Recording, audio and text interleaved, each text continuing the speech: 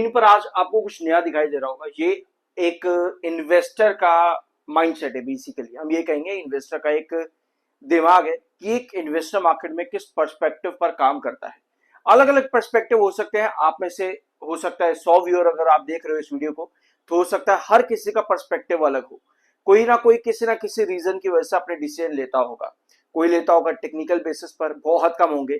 कोई लेता होगा चार्ट पे, उसके भी बहुत कम होंगे। कोई लेता होगा फंडामेंटल, कोई फाइनेंशियल बेसिस पे, या कोई न्यूज, या फिर कोई लेता होगा F I S D I S अपनी होल्डिंग बढ़ा रहे हैं तो भैया मुझे भी एंट्री करनी चाहिए।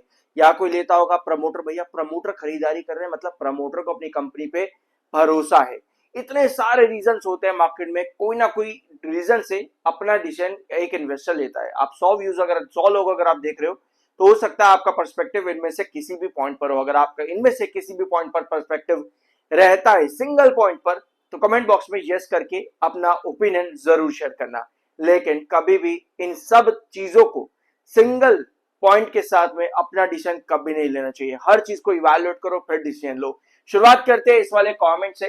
Halwasia don't want to get too much down, so he buying much quantity in open market time, so need not worry about current price fluctuation.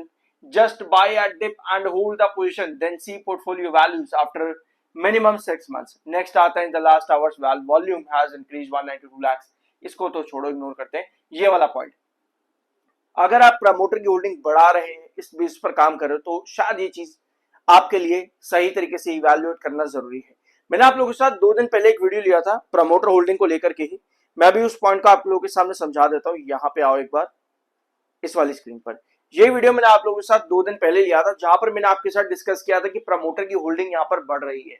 Promoter ने अगस्त के महीने में लगभग 4 बार, क्योंकि कल एक बार फिर से यानी कि 26 अगस्त को एक बार फिर से प्रमोटर आदित्य कुमार हलवा से इन्होंने 11 लाख शेयर्स फिर से खरीदे 26 अगस्त को, जिसके बाद इनकी होल्डिंग 46.57% पर टोटल प्रमोटर होल्डिंग पहुंच जाती है।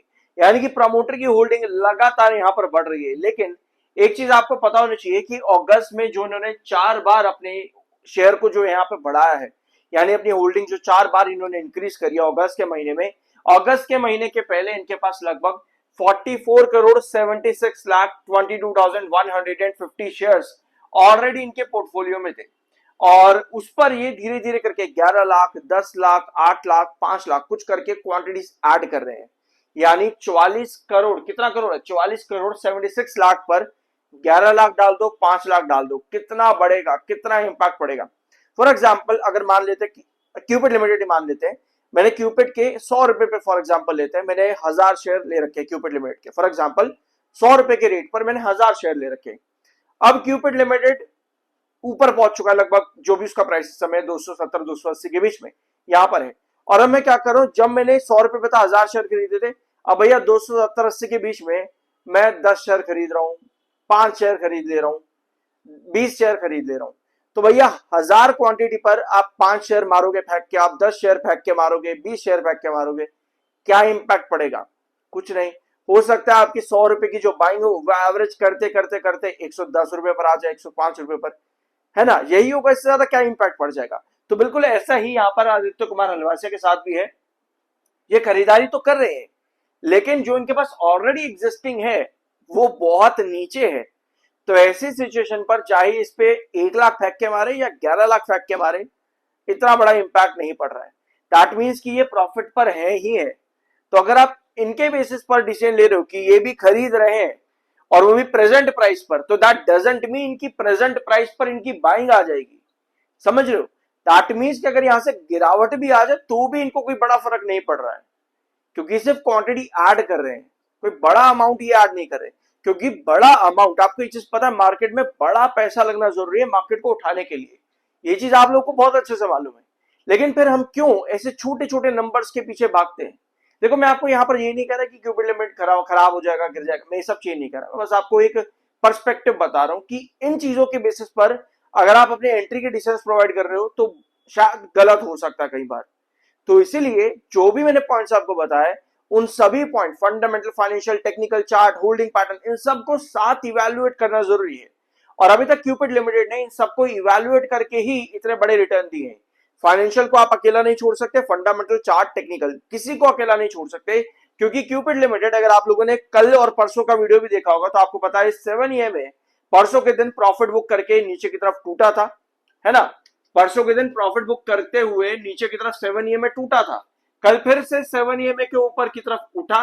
आज के दिन सेलिंग और प्रॉफिट बुकिंग आई है, 7 और 21 के बीच का डिफरेंस आपको ज्यादा देखने को मिल रहा है। और क्यूपिड में कई बार ये चीज नोटिस करी गई है कि जब भी 7 और 21 का डिफरेंस बढ़ता है तब तब क्यूपिड लिमिटेड में आपको करेक्शन आती देखने को मिलती है। फॉर एग्जांपल रिसेंटली अगर आप यहां पर देख रहे हो, यहाँ पर इस वाले एरिया के अंदर, ताकि 21 और 7 का जो डिफरेंस है वो कम हो। तो आज के दिन जो गिरावट है वो कहीं ना कहीं इस डिफरेंस को कम करने के लिए हो सकता है देखने को मिल रही है, ताकि टेक्निकल पॉइंट ऑफ व्यू पे हम यहाँ पर स्टेबल हो सके।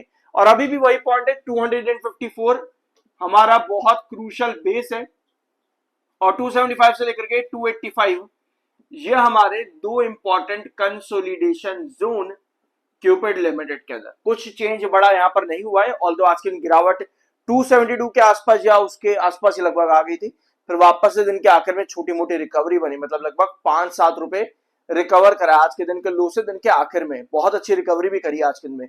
तो देखते हैं अब कल के सेशन में क्या इंपैक्ट देखने को मिलेगा, क्योंकि यहां पर ये इस तरह का मोमेंटम ना क्यूपिड में बार बार देखने को मिला है। बट जरूरी ये है, हर बार आपको ये चीज जरूरी रहती है कि 7 को ये सस्टेन करे। तो इस बार भी 7 के नीचे आज के दिन टूटा है, 281 पर आपका 7 दैट मीन्स कि आने वाले कुछ सेशंस में अगर आपको स्टेबिलिटी चाहिए, आप नहीं चाहते कि यहाँ पर प्रॉफिट बुकिंग आए, क्योंकि अगर प्रॉफिट बुकिंग 7 को तोड़ते हुए 21 के नीचे तक गिरती है, वो बड़ी प्रॉफिट बुकिंग को इंडिकेट करेगा।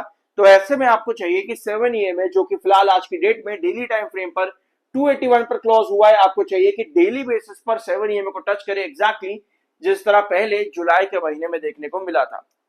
तो टेक्निकल पॉइंट ऑफ व्यू से इन चीजों को जरूर ध्यान में रखना, क्योंकि तेजी बड़ी है। तो ऐसे में इन्वेस्टर्स जो लोअर लेवल पर हैं वो कहीं पैनिक सेलिंग ना करने लगे छोटी मोटी करेक्शन पे, वो आपको देखना बहुत जरूरी है।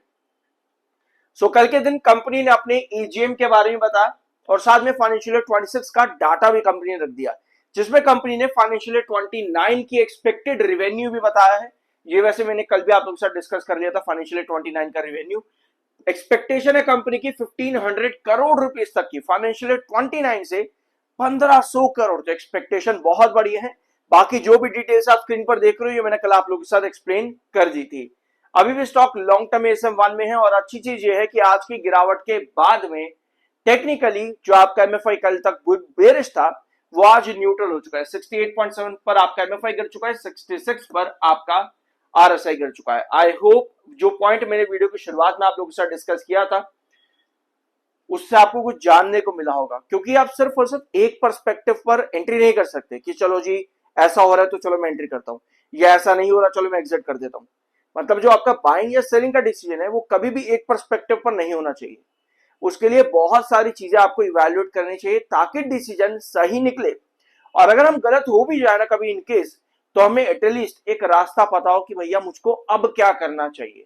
वरना कई बार क्या होता है, हल्की सी करेक्शन में लोग जो होते हैं होपलेस हो जाते हैं, 10 जगह पर जा जाकर के पूछते हैं कि भैया मैं क्या करूं, मुझे बता दो मैं क्या करूं, भाई ये कर लिया वो कर लिया। अगर तेजी है तो भैया हमसे बड़ा कोई नहीं, लेकिन अगर गिरावट आ गई तो भैया किसी ने मुझको फंसा दिया। तो ये नहीं होना चाहिए एंड के अंदर। एट द एंड सब चीजों को सीखो, अगर तेजी है तो वो क्यों है उसके बारे में जानो, अगर गिरावट है तो क्यों है उसके बारे में जानो, ताकि हम अपना डिसीजन सही तरीके से ले सकें। ये बहुत जरूरी है। मिलता अगले वीडियो में।